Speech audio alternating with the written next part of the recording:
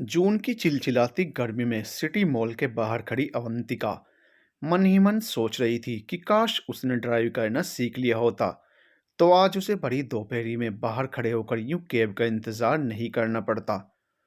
पौ पौ गाड़ी के हॉर्न की आवाज लगातार अवंतिका के कानों से टकरा रही थी, मगर अवंतिका थी कि टस से मस होने को भी तैयार नहीं थी। ओ मैडम, एक्सक्यूज मी, सुनाई नहीं देता क्या? गाड़ी अवंतिका के सामने से गुजरती हुई थोड़ी दूरी पर जाकर रुक जाती है और उसमें से एक युवक उतरकर अवंतिका की ओर बढ़ता है। राजीव, अवंतिका, तुम यहाँ कैसे? मैं तो पिछले 4 सालों से दिल्ली में ही हूँ, मगर तुम यहाँ कैसे? अपनी बताओ, तुम तो लखनऊ में थे ना? हाँ भाई, लखनऊ में ही था तो क्या बंदा लखनऊ से दिल्ली शिफ्ट नहीं हो सकता? क्या कुछ गुनाह कर दिया? एक्चुअली मेरी कंपनी लखनऊ से दिल्ली ट्रांसफ़र हो गई है। ओहो! क्या हुआ? अरे ये कैब वाले ने राइड कैंसिल कर दी। हद होती है, इतनी गर्मी में मैं पिछले आधे घंटे से वेट कर रही हूँ और ये अभी कंप्लेंट डालती हूँ मैं इसकी। छोड़ो ना यार, क्यों किसी गरीब के पेट पर लात मारती हो? चलो मैं तुम्हें घर छोड़ देता हूँ। बताओ कहाँ जाना है? हाँ, छोड़ने की तो तुम्हारी पुरानी आदत है। यार अवंतिका प्लीज़, तुमने कार को ऐसे स्लो क्यों कर रखा है? हाँ, वो मुझे एलर्जी है ना। हाँ, मुझे पता है। फिर पूछा क्यों? बस ऐसे ही। तुम्हारी ये ऐसे ही वाली आदत बदली नहीं ना? मेरा तो कुछ भी नहीं बदला, बस। कहते कहते अवंतिका ने अपने आप को रोक लिया। अच्छा, अब बताओ कहाँ रहती हो तुम? क्या फ़र्क पड़ता है? मतलब मतलब कि मुझे अभी कहीं और भी जाना है, तो तुम चाहो तो मुझे वहाँ ड्रॉप कर सकते हो। लो, मैंने ये लोकेशन सेट कर दी है अपने फ़ोन में। कहते हुए अवंतिका ने अपना फ़ोन राजीव की ओर बढ़ा दिया। फ़ोन अवंतिका के हाथों से लेते वक्त राजीव की उंगलियां अवंतिका की उंगलियों से छू गई।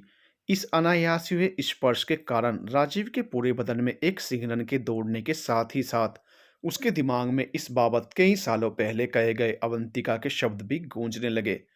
राजीव, उस इंसान के साथ कल की पूरी रात गुजारने पर भी मुझे ये सिहरन एक बार भी महसूस नहीं हुई, जो अभी भूल से ही सही मगर तुम्हारी इन उंगलियों की छुअन से महसूस हुई है। उफ! मगर अवंतिका की गर्म सांसें अपने चेहरे पर महसूस करने के बावजूद उन्हें ना महसूस करने के लिए आज बाध्य था राजीव। और राजीव कैसे हो? मैं, हाँ ठीक हूँ मैं। अचानक अवंतिका के पूछे हुए सवाल से राजीव की तंद्रा भंग हुई और वो अब अपने अतीत से वर्तमान में लौट चुका था। तुम कैसी हो? तुम्हें कैसी लग रही हूँ? क्या तुम आज भी हर सवाल का जवाब सवाल में ही देती हो? इस पर अवंतिका खिलखिला दी। राजीव भी अवंतिका के साथ खिलखिलाकर हंस पड़ा। दोनों एक दूसरे को देखकर बस हंसते ही जा रहे थे और वो दोनों तब तक हंसते रहे जब तक कि उनकी वो हंसी उन दोनों की आंखों से आंसू बनकर बहने नहीं लगी।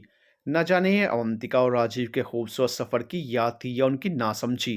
अवंतिका और राजीव की उस आधी अधूरी मुलाकात को हुए आज पूरे 15 दिन बीत चुके थे। इस बीच उन दोनों में से किसी ने भी एक दूसरे से बात करने की कोई भी कोशिश नहीं की, जबकि उस दिन वो दोनों ही एक दूसरे से उनके मोबाइल नंबर ले चुके थे। इस वक्त घड़ी पूरे 10 बजा रही थी। अवंतिका का पति विहान बस अभी अभी ऑफिस के लिए निकला ही था, जबकि उसका 3 साल का बेटा दीपक सुबह 9 बजे ही अपने प्ले स्कूल जा चुका था, जिसे खुद अवंतिका भागते दौड़ते हुए छोड़ कर आई थी। अब पीछे कुछ बचा था तो वो था अवंतिका का बेतरतीब सा पड़ा हुआ घर, और उस घर में थकी हारी सी पड़ी अवंतिका, जो कुछ देर आराम करना चाहते हुए भी आराम नहीं कर पा रही थी, क्योंकि उसके दिन की असली शुरुआत तो अब होनी थी। अभी तो उसे हर रोज की तरह चकर गिननी के जैसे नाचते हुए जल्दी जल्दी घर के सारे काम निपटाने के साथ ही साथ अपने बेटे दीपक को भी टाइम से प्ले स्कूल से वापस लेकर आना था। रोज की तरह आज भी जगजीत सिंह की गजलों को सहारा बनाते हुए अवंतिका अपनी घड़ी की टिक टिक के साथ कदम ताल करने में जुट गई। तेरे बारे में जब सोचा नहीं था, मैं तन्हा था मगर इतना नहीं था।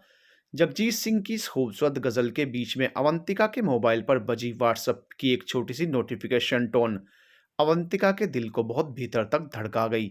ना जाने क्यों अवंतिका को इस पल सिर्फ राजीव का ही ख्याल आया, जो कि सही भी निकला। हाँ, ये राजीव का ही नंबर तो था जो उस दिन अवंतिका को सिर्फ एक बार पढ़ने पर ही याद हो गया था। हाय! अवंतिका बस उस मैसेज को देखे जा रही थी। पता नहीं उसे समझ नहीं आ रहा था, या वो समझकर भी समझना नहीं चाह रही थी, या फिर समझकर भी नासमझ बनी हुई थी कि उसका अगला कदम अब क्या होना चाहिए। हर रोज़ बहुत ही तेज़-तेज़ चलने वाले अवंतिका के हाथ आज बड़े ही सुस्त पड़ गए थे। राजीव अभी भी व्हाट्सएप पर ऑनलाइन था। अवंतिका ने राजीव के मैसेज का रिप्लाई किया और फिर बातचीत का सिलसिला चल पड़ा। अब लगभग रोज राजीव और अवंतिका की बात होने लगी। ऐसे ही एक दिन राजीव ने जिद करके अवंतिका को उसके घर के पास ही कॉफी कैफे में मिलने के लिए बुलाया। राजीव से मिलने जाते वक्त अवंतिका का दिल जोर जोर से धड़क रहा था। इतनी घबराहट तो मुझे कभी बोर्ड के एग्जाम्स में भी नहीं हुई और न ही कभी मेरे किसी रिजल्ट के इंतजार में। अपने आप में ही बड़बड़ाती हुई अवंतिका ने कॉफी कैफे में प्रवेश किया। अवंतिका जाकर चुपचाप एक कोने की टेबल पर बैठ गई जहां पहले से ही आकर बैठा हुआ राजीव उसका इंतजार कर रहा था।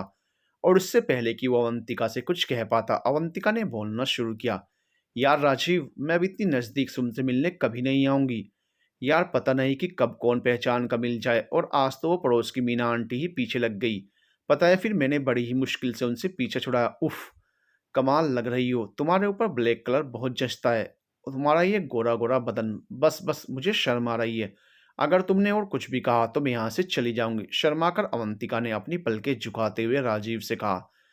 जान, पिछले 4 महीनों से हमारी बात हो रही है और बड़ी मुश्किल से आज तुम मुझसे यहाँ आकर मिलने को राजी हुई हो, और अब कहती हो कि चली जाओगी। भला ऐसे कैसे चली जाओगी? हम जाने देंगे तब जाओगी ना? राजीव की इस बात पर अवंतिका सिहर उठी। Sir, order please. वेटर के आने पर भी जब राजीव ने अवंतिका का हाथ नहीं छोड़ा तो अवंतिका ने उसे घूरकर इशारा किया, जिस पर राजीव ने अवंतिका का हाथ छोड़कर अपने सामने टेबल पर रखा हुआ मेन्यू उठा लिया और अपने और अवंतिका के लिए कॉफ़ी ऑर्डर करने लगा। अब राजीव और अवंतिका की मुलाकातें अक्सर होने लगी थी, कभी कॉफ़ी शॉप में, तो कभी मॉल में, तो कभी किसी पार्क या मार्केट में। आज सुबह से ही मौसम बहुत ख़राब था। एक तो जनवरी की भरी सर्दी और उस पर रात भर हुई झमाझम बारिश। मगर इतने ख़राब मौसम में भी राजीव ने अवंतिका से मिलने की जिद पकड़ रखी थी। दरअसल अगले महीने अवंतिका का जन्मदिन था, मगर राजीव को आज रात ही अपनी कंपनी के काम से पूरे 20 दिनों के लिए विदेश जाना था, और इसीलिए वो आज अवंतिका के साथ उसका बर्थडे सेलिब्रेट करना चाहता था।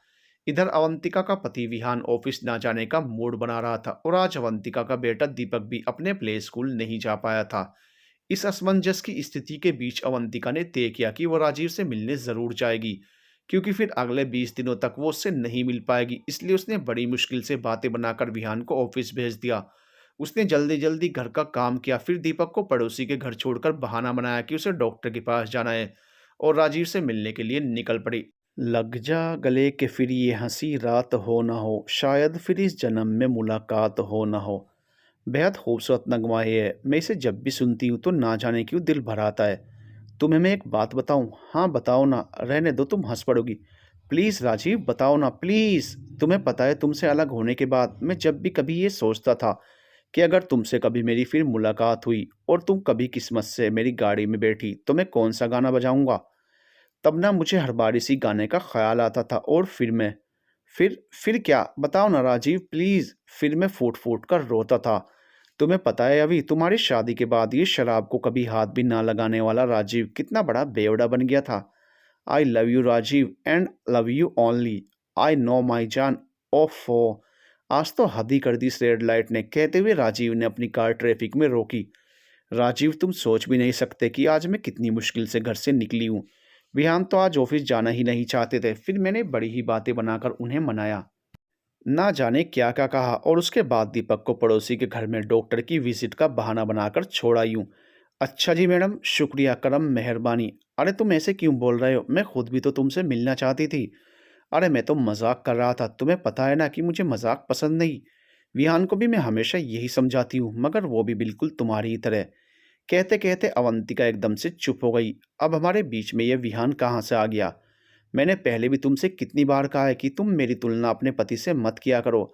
राजीव गुस्से भरे लहजे में बोला। सॉरी जान, माफ़ कर दो ना। अच्छा, अब आगे से कभी ऐसा नहीं बोलूँगी, कभी भी नहीं। अपने दोनों कान पकड़ते हुए अवंतिका ने कहा। ओके छोड़ो अब, चलो उतरो, आ गया तुम्हारा प्रिय चांदनी चौक। मुझे बहुत बुरा लग रहा है राजीव, तुमने मुझे इतनी सारी शॉपिंग करवा दी और खुद कुछ भी नहीं लिया। अरे यार, मुझे भी कुछ नहीं लेना था, और फिर बर्थडे तो तुम्हारा है ना। हाँ, मगर मैं अपना रिटर्न गिफ्ट नहीं छोड़ने वाला। हाँ हाँ, बताओ ना तुम्हें क्या रिटर्न गिफ्ट चाहिए। बता दूँ? हाँ हाँ, बोलो ना क्या चाहिए, दोगी ना? अब बताओ भी। अरे मैडम, बिल्कुल बताऊंगा। रत भरे लहजे में राजीव ने अवंतिका की आंखों में झांकते हुए कहा।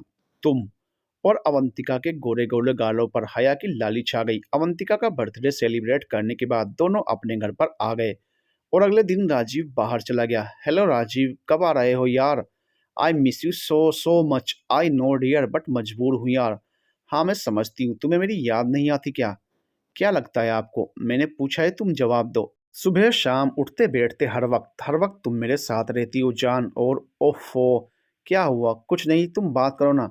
अरे मगर हुआ क्या? तुमने ओफो क्यों बोला?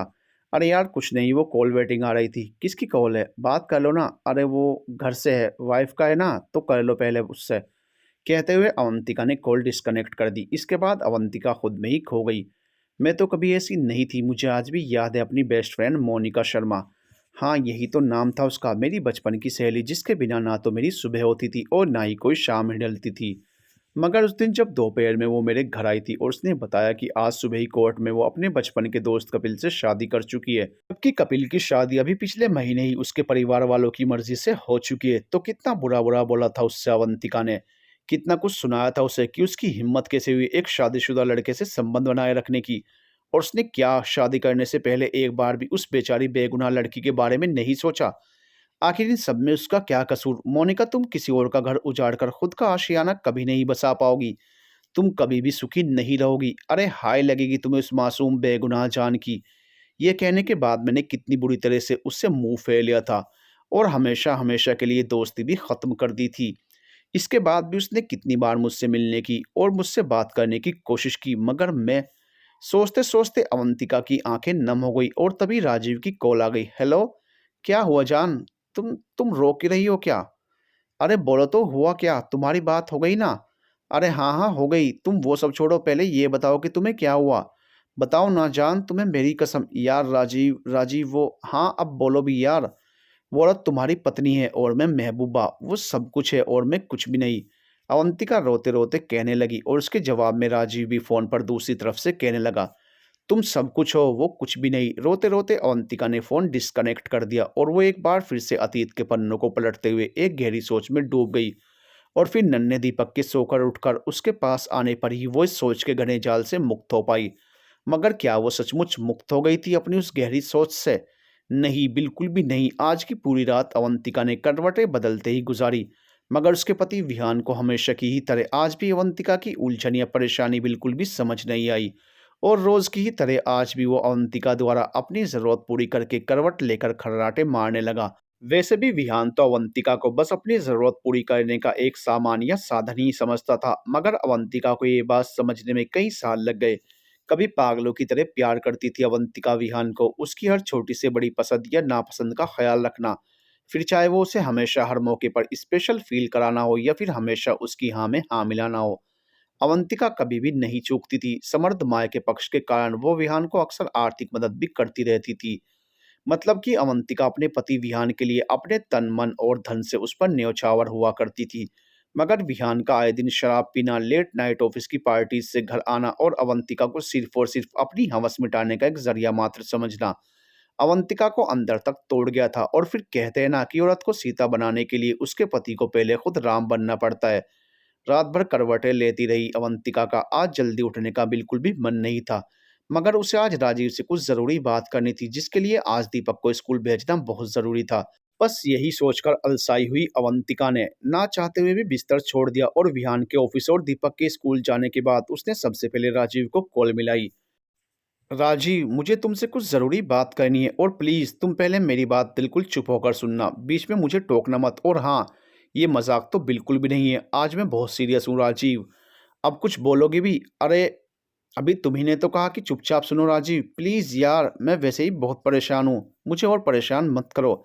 राजीव, मैं तुमसे अब मुझे समझ नहीं आ रहा कि मैं क्या कहूँ, कैसे कहूँ। अभी जो बात समझ में ना आए हमें उसे बिना समझे ही छोड़ देना चाहिए, क्योंकि हमारी ज़िंदगी में कई ऐसी उलझनें होती हैं जो सुलझाने से और भी ज़्यादा उलझ जाती हैं। और तुमने क्या कहा? अवंतिका ने राजीव को उसकी बात के बीच में ही टोकते हुए कहा। मैंने कहा कि कुछ उलझनों को हमें सुलझाने की बजाय वक्त और हालात पर ही छोड़ देना चाहिए। नहीं, उससे पहले क्या कहा? उससे पहले मैं समझा नहीं अभी। उफ हाँ, बस यही यही राजीव, एक बार फिर से कहो ना। क्या अभी? हाँ हाँ यही, अभी अभी मेरी अभी। मैं तुमसे बहुत प्यार करता हूँ अभी। तरस गई थी मैं अपने इस नाम को सुनने के लिए राजीव। माँ और पापा के अलावा एक तुम ही तो थे जो मुझे मेरे इस प्यार वाले नाम से पुकारते थे। और माँ पापा के जाने के बाद तुम भी ना जाने कहाँ खो गए थे इस स्वार्थी दुनिया की भीड़ में। और अवंतिका रोती ही जा रही थी। प्लीज अभी तुम रो मत, प्लीज मेरी जान, चुप हो जाओ प्लीज। तुम्हें मेरी कसम अभी नहीं राजीव, आज मुझे कह लेने दो मेरे मन की। तुम्हें पता है राजीव, मैंने शुरू शुरू में विहान को कितनी बार बताया था कि माँ पापा मुझे प्यार से अभी कहकर बुलाते थे, मगर मगर उस इंसान ने तो जैसे मेरी कोई बात कभी सुनी ही नहीं। और अवंतिका की हिचकियां बन चुकी थी। अच्छा सुनो, मुझे अब जाना होगा, दरअसल मेरी मीटिंग का टाइम हो गया है। अभी मैं तुम्हें 1 घंटे बाद कॉल करता हूँ, तब तक तुम्हें मेरी कसम बिल्कुल भी मत रोना तुम। और हाँ, अब तुम आराम करो, आज लंच में कुछ हल्का सा बना लेना, मैं वापस आकर तुम्हारी सारी बात सुनूंगा। Bye dear, love you and take care. कहकर राजीव ने फोन रख दिया। मिले हो तुम हमको बड़े नसीबों से, चुराया है मैंने तुमको किस्मत की लकीरों से। हेलो, हाय, कैसी हो? ठीक हूँ। कॉलर ट्यून बड़ी अच्छी लगाई है। तुम्हें अच्छी लगी? हाँ, तेरी मोहब्बत से सांसें मिली हैं, सदा रहना दिल के करीब होके, राजीव ने गुनगुनाते हुए जवाब दिया। राजीव, उस दिन मेरी बात अधूरी रह गई थी यार। यार अभी प्लीज, अब तुम फिर से मत शुरू हो जाना। और फिर ऐसा तो नहीं है ना कि हम पहली बार इस टॉपिक पर बात कर रहे हैं? और इससे पहले भी कई बार हमने इस विषय पर बात की है, मगर पता नहीं क्यों थोड़े थोड़े दिनों में तुम्हें वापस से वो एक ही सही गलत वाला बुखार चढ़ जाता है। राजीव, राजीव, मैं कुछ भी तय नहीं कर पा रही हूँ हमारा ये रिश्ता। तुम्हें कुछ भी तय करने की कोई ज़रूरत नहीं है, अभी मैं हूं ना जान, राजीव ने अवंतिका को समझाते हुए कहा। अच्छा चलो एक बात बताओ मुझे। पूछो। मुझे ये बताओ कि क्या खुद के लिए सोचना पाप है? क्या इस भागदौड़ और तनाव भरी जिंदगी में अपने लिए थोड़ा सा समय, थोड़ी सी खुशी ढूंढ लेना गुनाह है? बताओ अभी, क्या तुम किसी का बुरा कर रही हो अपने लिए थोड़ा सा अच्छा सोचकर? बोलो, जवाब दो। हाँ, तुम शायद ठीक ही कह रहे हो राजीव, एक लंबी सांस लेते हुए अवंतिका ने राजीव से कहा। शायद नहीं, मैं वाकई ठीक कर रहा हूँ। अच्छा चलो अभी ये सब छोड़ो, मेरे पास तुम्हारे लिए एक खुशखबरी है, मैं परसों वापस आ रहा हूँ। ओ राजीव, कितने दिनों बाद, कहते हुए अवंतिका की आंखें छल छला गई। मैं तुम्हें एयरपोर्ट पर रिसीव करने आऊँ? Sure dear. अरे नहीं, रहने दो, मैं भी ना बस पागल ही हूँ। क्यों, क्या हुआ? आओ ना जान, तुम पागल हो क्या राजीव? वहाँ तुम्हारी बीवी, कहते कहते अवंतिका बिल्कुल चुप हो गई। अरे यार, मेरी बीवी के पास इतना फालतू टाइम नहीं है कि वो मुझे लेने एयरपोर्ट आए। अरे यार, she is very busy person you know. तो फिर पक्का रहा जान, तुम एयरपोर्ट आ रही हो, और वो ब्लैक साड़ी जो मैंने तुम्हें वैलेंटाइंस डे पर दी थी, तुम वही पहन कर आ रही हो। Okay, done. डन, अवंतिका ने मुस्कुराते हुए कहा। अच्छा हाँ, एक और ज़रूरी बात, तुम्हें मुझे वो रिटर्न गिफ्ट भी तो देना है ना? अरे भैया, बकाया हम किसी पर नहीं छोड़ते, शरारत भरे अंदाज में राजीव बोला। हाँ जी पता है, और हम भी सूद समेत वापस लौटाने वालों में से हैं मिस्टर राजीव गोयल। अच्छा जी, याद रखिएगा अपना वादा मिस अवंतिका बंसल। और दोनों खिलखिलाकर हंस पड़े। दीपक को बहुत तेज बुखार है। हाँ तो उसे दवा दे दो ना। हाँ, दवा तो मैंने दे दी है, मगर तुम कहाँ जाने के लिए तैयार हो रहे हो? अवंतिका ने विहान से पूछा। मैं, अरे सॉरी, मैं तुम्हें बताना भूल गया, आज वो सिंह साहब के प्रमोशन की ऑफिशियल पार्टी है ब्लू मून में। विहान, तुम अभी अभी तो ऑफिस से आए हो और आते ही फिर चल दिए। प्लीज़ विहान, आज मत जाओ, देखो दीपक की तबीयत भी ठीक नहीं है ना। अरे यार, जाना तो ज़रूरी है, मगर हाँ, मैं जल्दी वापस आने की कोशिश करूँगा। कहते हुए विहान कमरे से बाहर निकल गया। अवंतिका दीपक के सिर पर पट्टियां रखती रही, और जब दीपक को कुछ आराम मिला तो वो राजीव से व्हाट्सएप चैट करने लगी। कुछ देर बाद राजीव भी उसे गुड नाइट मैसेज करके सो गया, और अवंतिका अपने बेटे दीपक को अपनी गोद में लिटाए सारी रात बस यूं ही बुद्ध बनी बैठी रही। कभी वो दीपक को छूकर उसका टेम्परेचर चेक करती, तो कभी उसके कुनमुनाने पर उसे थपकियां देती। इस बीच विहान का एक भी फ़ोन नहीं आया, और अवंतिका ने चाहकर भी उसे कोई फ़ोन नहीं किया। सुबह के 3 बजे विहान नशे में धुत होकर लौटा। अगले दिन विहान सोकर भी बहुत देर से उठा।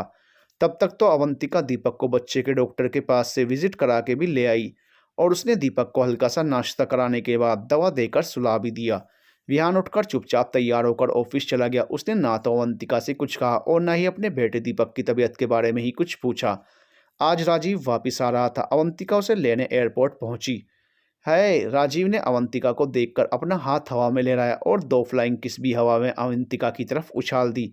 इधर से अवंतिका ने भी बड़े ही हर्ष के साथ अपना हाथ उसकी तरफ लहराया, और फ्लाइंग किस के जवाब में अवंतिका के गोरे गाल शर्म से लाल हो गए और उसने अपनी पलकें मींच ली।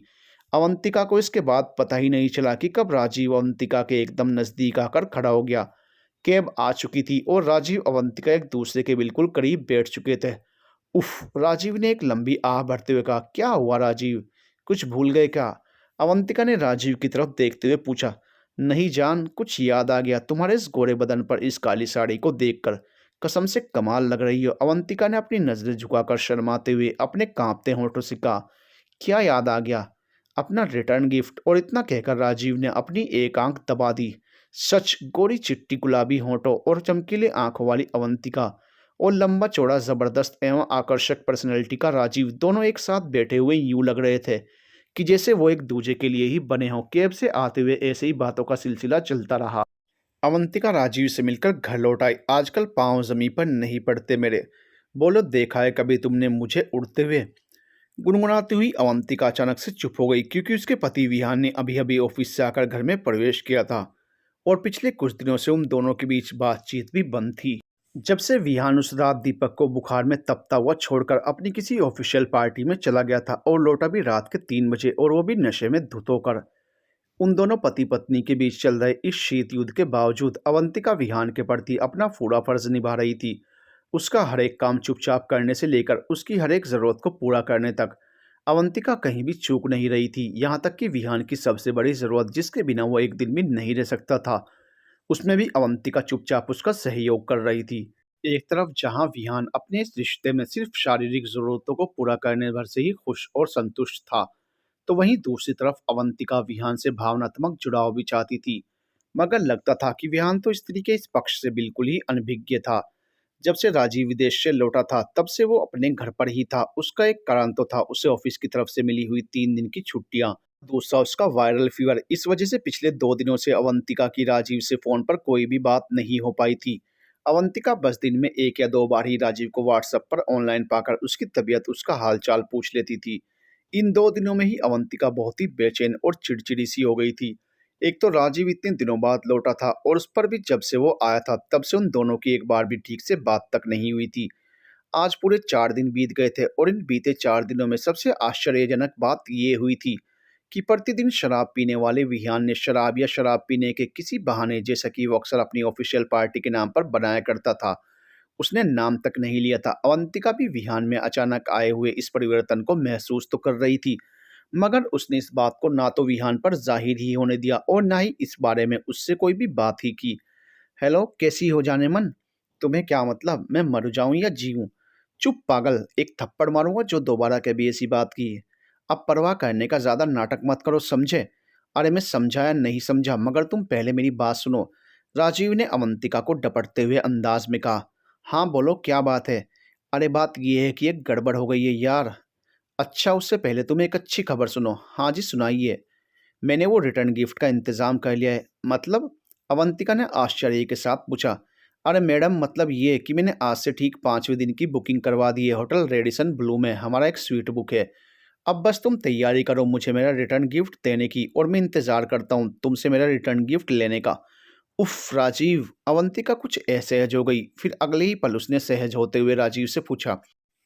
अच्छा, अब बताओ कि तुम किस गड़बड़ की बात कर रहे थे? हुआ क्या? अब बताओ भी। अरे भैया, तुम बताने दोगी तब तो मैं कुछ बताऊंगा ना। अच्छा बहन, बताओ। हंसते हुए अवंतिका ने कहा, और इस बात पर दोनों खिलखिलाकर हंस पड़े। अरे यार, हंसने की बात नहीं है, सीरियस मैटर है यार। राजीव की आवाज में अब गंभीरता आ चुकी थी, जिसे अवंतिका ने भी महसूस कर लिया था। बोलो राजीव, क्या हुआ? अरे यार, वो उस दिन तुम एयरपोर्ट से मेरे साथ कैब में आई थी ना?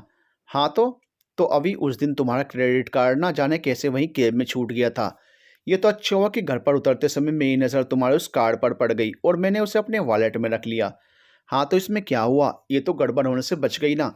अरे अभी तुम पहले मेरी पूरी बात तो सुनो। अच्छा सॉरी, तुम बताओ।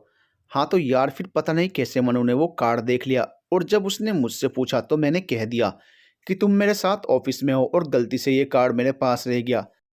हालांकि मैंने उसे ये भी कह दिया कि तुम अब दूसरे ऑफिस में ट्रांसफ़र ले चुकी हो, मगर तुम तो इन औरतों को जानती ही हो ना।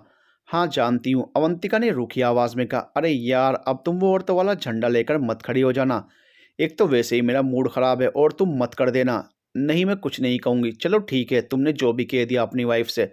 अरे यार ठीक तो है, मगर वो जो महान औरत है ना, उसे कौन समझाए? मतलब ये कि परसों मेरी बेटी माधवी का जन्मदिन है और उसके लिए वो घर पर एक छोटी सी पार्टी प्लान कर रही है। हाँ तो ये तो बहुत अच्छी बात है ना राजीव, इसमें इतना परेशान होने वाली क्या बात है? प्लीज़ यार, तुम क्यों मेरी धड़कनें बढ़ा रहे हो? ज़रा साफ साफ और जल्दी जल्दी बताओ ना पूरी बात। अभी डियर, पूरी बात ये है कि इस पार्टी में मेरी श्रीमती जी ने आपका नाम भी गेस्ट लिस्ट में लिख रखा है। राजीव की बात सुनकर अवंतिका बिल्कुल चुप हो गई और फिर कुछ देर बाद खुद को संभालते हुए बोली कि सॉरी राजीव, लेकिन मैं वहां नहीं आ पाऊंगी। I I can't face your wife. देखो, अभी आना तो तुम्हें पड़ेगा, खुद के लिए ना सही पर मेरे लिए। और फिर ये फेस करने वाली बात कहाँ से आ गई? तुमने कोई गुनाह किया है क्या? और वैसे भी मैं कभी भी नहीं चाहता कि तुम्हें लाइफ में कभी ऐसी कोई सिचुएशन फेस करनी पड़े। मगर जान, अब जो है उसके बाद तो हमें समझदारी से काम लेना होगा ना। और फिर मैं हूं ना तुम्हारे साथ। तुम्हारी बीवी को तुम पर शक हुआ है क्या? क्या पता, वैसे ऐसा कुछ लगता तो नहीं, लेकिन किसी के दिल में क्या है वो तो नहीं पता ना। तभी तो मैं कह रहा हूँ कि अगर उसे मुझ पर शक भी है तो तुम्हारे एक बार वहां आ जाने से सब ठीक हो जाएगा। ठीक है राजीव, मैं आऊंगी वहां। लव यू जान, लव यू टू। कहते हुए अवंतिका ने फोन रख दिया। बोझिल कदमों से अवंतिका राजीव के घर की सीढ़ियां चढ़ती जा रही थी और अचानक ही उसके कानों में एक शोर सुनाई पड़ा जो शायद राजीव के घर के अंदर से ही आ रहा था। राजीव के घर के दरवाजे के बाहर पहुंचते ही अवंतिका के कदम अचानक ही ठिठक गए, क्योंकि घर के अंदर से आ रही आवाज़ों में शायद उसका भी जिक्र शामिल था, या फिर शायद सिर्फ उसका ही जिक्र था। तुम्हें क्या लगता है कि मैं कुछ नहीं समझती, कुछ नहीं जानती? क्या तुम्हारे मुझे अनपढ़ समझ लेने से मैं सचमुच में अनपढ़ हो जाऊंगी? अरे मैंने भी एमए किया है होम साइंस में, और तुम्हें पता है कि होम साइंस से एमए एमएससी के बराबर होता है। अरे उस घटिया औरत के चक्कर में तुम जो आजकल देवदास बने फिर रहे हो ना, तुम्हें क्या लगता है कि मैं अंधी हूँ या फिर पागल हूँ? बोलो बोलो, अब चुप क्यों हो? अरे यार, क्या बोलूँ मैं? क्यों? तुम नहीं बोलोगे तो और कौन बोलेगा? हाँ, तुम्हारी वो सो कॉल्ड प्रेमिका। अरे ये जो हर वक्त कान में हेडफोन लगाकर तुम वो सूफी संगीत और रोमांटिक गजलें सुनते हो ना, क्या लगता है मुझे कुछ पता नहीं है? हाँ, और वो जो तुम्हारे व्हाट्सअप मैसेज जिन्हें तुम्हारे डिलीट करने से पहले ही मैं देख लिया करती थी, अरे वो तो भला हो मेरी माधविका जिसने मुझे तुम्हारे फ़ोन का पासवर्ड बताया। वरना मैं तो अभी भी आंखें बंद करके ही अंधी बनी रहती और तुम उस बेशर्म औरत के साथ रंगरलिया मना रहे होते। छी! कितनी नीच है वो गिरी हुई औरत, थू! अवंतिका का नाम लेते हुए राजीव की पत्नी अनुराधा ने जमीन पर थूक दिया और बाहर खड़ी अवंतिका की आंखों से झरझर आंसू बहे जा रहे थे। अवंतिका को राजीव की पत्नी द्वारा बुरा भला कहे जाने का उतना अफसोस नहीं था जितना कि इन सब बातों को राजीव द्वारा चुपचाप सुने जाने का दुख था। अवंतिका अपने गालों पर लुढ़कते हुए आंसुओं को पोंछती हुई वापस जाने के लिए पीछे की ओर मुड़ ही रही थी कि अचानक ही उसके कानों में पड़ी राजीव की आवाज ने एक बार फिर से अवंतिका के कदमों को ठिठकने पर मजबूर कर दिया। जान, ये तो तुम भी अच्छे से जानती हो कि मेरी जिंदगी में तुम्हारी जो जगह है वो कभी सपने में भी किसी और की नहीं हो सकती। और फिर इन औरतों को तो तुम जानती हो ना। वैसे भी डियर, इन दूसरी औरतों का तो काम ही होता है हम जैसे शादीशुदा शरीफ लोगों की जिंदगी में आग लगाना। ना तो इनसे अपना खुद का घर ही संभलता है और ना ही ये किसी दूसरे का घर संभलने देती हैं। और तुमने बहुत अच्छा किया जो उस औरत को आज घर पर बुला लिया। देखना, आज मैं तुम्हारे सामने ही उस घटिया औरत को कैसे उसकी औकात दिखाता हूँ। हाँ, मैं पूरी तरह से अपनी गलती स्वीकारता हूँ कि मैं अपनी ज़िंदगी में ज़बरदस्ती घुसाई उस दूसरी औरत की मंशा नहीं भाप पाया। और जान, मैं ना जाने कब और कैसे उसकी बातों में आ गया। मगर अब मुझे समझ में आ रहा है डियर कि तुम बिल्कुल सही कह रही हो। अवंतिका के कानों में मानो कोई गर्म शीशा सा पिघल रहा था। तभी अचानक अवंतिका के फ़ोन की घंटी बज उठी और इससे पहले कि कोई उसकी आवाज़ सुनता, अवंतिका बड़े ही तेज़ कदमों से उल्टे पांव राजीव के घर की सीढ़ियाँ उतर गई। जब अवंतिका ने नीचे आकर अपना फ़ोन देखा तो उसमें उसके पति विहान की कई मिस्ड कॉल्स पड़ी हुई थी। अवंतिका वहां से थोड़ी दूर चलकर एक पार्क में बैठ गई और एक बार फिर से विहान की कॉल आ गई। इस बार अवंतिका ने कॉल उठा ली। दूसरी तरफ से विहान की आवाज़ आई, हेलो अवी। तुम हैरान हो रहे होंगे ना अपने पति के मुंह से ये नाम सुनकर, मगर अवी, आज से मैं तुम्हें इसी नाम से पुकारा करूंगा। अभी मैं जानता हूँ कि मुझसे बहुत गलतियाँ हुई हैं और जिन गलतियों का शायद कोई प्रायश्चित भी नहीं है, मगर मैं फिर भी उन सारी गलतियों का प्रायश्चित करना चाहता हूँ। तुम तो जानती हो अभी कि मुझे ज़्यादा बात करना या बातें बनाना बिल्कुल भी नहीं आता है, और मुझसे जो तुम्हारी सबसे बड़ी शिकायत है वो यही है कि मैं तुमसे बात नहीं करता। तो लो अभी, मैंने आज से ही कोशिश करना शुरू कर दिया है। देखो ना आज मैं कितना बोल रहा हूँ। सॉरी अभी, आई एम रियली सॉरी जो मैं उस दिन पार्टी में गया और शराब पीकर बहुत देर से घर लौटा, जो कि मुझे नहीं करना चाहिए था। मेरा मतलब है कि बिल्कुल भी नहीं करना चाहिए था, और तुम उसके बाद भी पहले की तरह ही मेरे सारे काम सब कुछ करती रही। तुमने मुझे कभी भी किसी भी काम को करने से नहीं रोका, मगर इस बात को समझने की बजाय मैंने हमेशा इसका नाजायज़ फ़ायदा ही उठाया। मगर बस अब और नहीं अभी। तुम्हें पता है मैंने उस दिन के बाद से शराब को हाथ तक नहीं लगाया। मगर इन सब में अगर कोई सचमुच शुक्रिया का हकदार है तो वो है मेरे दोस्त, मेरे बॉस मिस्टर भारद्वाज, जिन्होंने मुझे समय रहते मेरी गृहस्थी को बचाने की सलाह दी। और पता है अभी, वो खुद बेतहाशा शराब पीते हैं और हर तरह का नशा करते हैं। जिसका परिणाम आज वो अपने परिवार को खोकर भुगत रहे हैं और अभी पिछले ही हफ्ते पता चला कि उन्हें कैंसर हो गया है। मगर इतने पर भी ना तो उनकी पत्नी और ना ही उनके बेटे या बेटी में से कोई भी उनसे मिलने आया। उन्होंने मुझे बताया कि कैसे सफल होने की अंतिम दौड़ में उनका परिवार उनसे बहुत पीछे छूट गया। कहते बहते विहान ने एक आह भरी और फिर आगे बोलना शुरू किया। उनकी गलती नहीं दोहराना चाहता। आई लव यू अभी, आई love you and Deepak very very much. तुम्हें पता है अभी, उस दिन के बाद जब मैंने पीछे मुड़कर देखा तो मुझे भी सब कुछ बहुत धुंधला सा दिखाई दिया। और फिर उस धुंधलके में मेरे लिए जो एक रोशनी की किरण उभर कर आई, वो थी तुम्हारी पुरानी डायरी जो तुम शायद आज से 3 साल पहले ही लिखना छोड़ चुकी हो। हाँ, मैं जानता हूँ कि किसी की डायरी पढ़ना गलत बात है, मगर मेरे लिए ये एकमात्र विकल्प था मेरी गलती सुधारने का। और बस वहीं से मुझे तुम्हारे सपनों और जज़्बातों का पता चला। सॉरी अभी, मैंने कभी तुम्हारी किसी भी फीलिंग को नहीं समझा, मगर अब मैं तुम्हें कभी भी शिकायत का कोई मौका नहीं दूँगा। और अब से मैं तुम्हारे माँ-पापा की कमी भी पूरी करने की पूरी कोशिश करूँगा। तुम भी तो कभी मेरी माँ तो कभी मेरे पापा की तरह ही मेरा ख़्याल रखती हो, मेरी हर एक ज़िम्मेदारी निभाती हो, फिर मैं क्यों नहीं? कहते-कहते विहान का गला रुंध गया। आज से मैं भी तुम्हारे माँ-पापा की तरह ही तुम्हें प्यार से अभी कहकर ही बुलाऊँगा। मुझे माफ़ कर दो अभी। विहान की बातों को सुनकर अवंतिका ने जैसे अपना आपा ही खो दिया और वो फूट-फूट कर रो पड़ी। "अभी क्या हुआ अभी? तुम हो कहाँ? मुझे बताओ, मैं अभी तुम्हें लेने आता हूँ।" विहान ने घबरा कर कहा। "नहीं, आप नहीं, मैं आ रही हूँ आपके पास।" ये कहते हुए अवंतिका फुर्ती से बेंच पर से उठकर अपने आँसुओं को पोंछती हुई पार्क से निकलकर अपने घर की ओर बढ़ गई। शायद आज अवंतिका बहुत अच्छी तरह से समझ चुकी थी कि पति-पत्नी के बीच आने वाली स्त्री उस पति की नज़र में, उसकी पत्नी की नज़र में या फिर इस समाज की नज़र में दूसरी औरत से ज़्यादा और कुछ नहीं हो सकती, और दूसरी औरत बनना उसे हरगिज़ भी मंज़ूर नहीं था। The end.